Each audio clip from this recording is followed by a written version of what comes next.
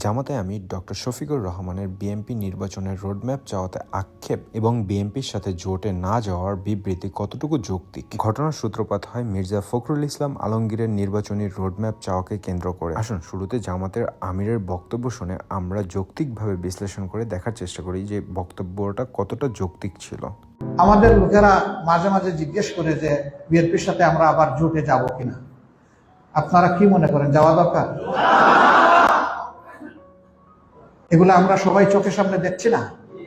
আজকে যদি একজন রিক্সাওয়ালাকে জিজ্ঞেস করা হয়, ভাই তুমি বলো তো এদেশে নির্বাচনটা কখন হওয়া উচিত, সেও একটা জবাব দিবে না? এখন সবাই কিন্তু সচেতন, কিন্তু আবার অস্থিরতা আবার শুরু হয়ে গেছে। এই গত পরশুদিন আবার ওনারা নির্বাচনের রোডম্যাপ চেয়ে বসেছে। দেখুন, আমাদের যৌক্তিক আলোচনাটা দুটি বিষয়ের উপরে কেন্দ্র করে, একটি জোটে যাওয়া এবং অন্যটি বিএনপির রোডম্যাপ চাওয়াকে কেন্দ্র করে।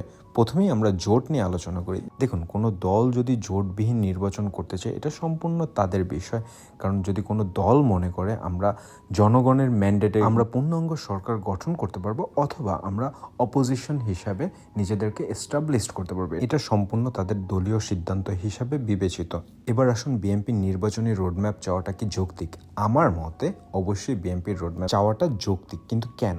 দেখুন, 2007-এ যখন তত্ত্বাবধায়ক সরকার আসে তাদের কাছে কোনো রোডম্যাপ ছিল না, তারা কতদিন থাকবে বা কবে নির্বাচন হবে। এই শাসনটা তখন শোষণের পর্যায়ে চলে যায় টাইমগুলো এক্সটেন্ড হওয়ার কারণে। আর এর জন্যই এই আমাদের নির্বাচনী রোডম্যাপটা যৌক্তিক। কারণ যখন আপনার একটা নির্বাচনী রোডম্যাপ থাকবে রাইট নাও, যে কবে কি সংস্কার হওয়ার পরে আমরা নির্বাচনে যাব, সেক্ষেত্রে পুলিশ এবং প্রশাসন একটা জবাবদিহিতার আওতায় চলে আসবে। কারণ দেখুন, গত সরকারের যে লোকজনগুলো আছে তারাই এখন পুলিশ এবং প্রশাসনের ভিতর আছে, সবাই কিন্তু চলে যায় না, তাই না? সো বর্তমান গভর্নমেন্ট যদি একটা রোডম্যাপ দেয় সেক্ষেত্রে তাদের ভিতরেও ওই ভয়টা কাজ করবে। আমরা যদি এখনও না শুধরায়া যাই, এখনও ভালো কাজ না করি, সেক্ষেত্রে নেক্সট গভর্নমেন্ট যখন আসবে তখন আমাদের কাছ থেকে এই অপকর্মের হিসাবটা তারা পাই করে বুঝে নেবে। সো এই ভীতিটা স্থাপন করার জন্য অবশ্যই একটা নির্বাচনীয় রোডম্যাপ দরকার এবং বিভিন্ন জায়গায় সংস্কারের জন্য একটা নির্বাচনী রোডম্যাপ দরকার, বা আপনি যদি বলেন রাজনৈতিক দলগুলোর সহযোগিতা দরকার বর্তমান গভর্নমেন্টের, সেক্ষেত্রেও একটা রোডম্যাপ দরকার।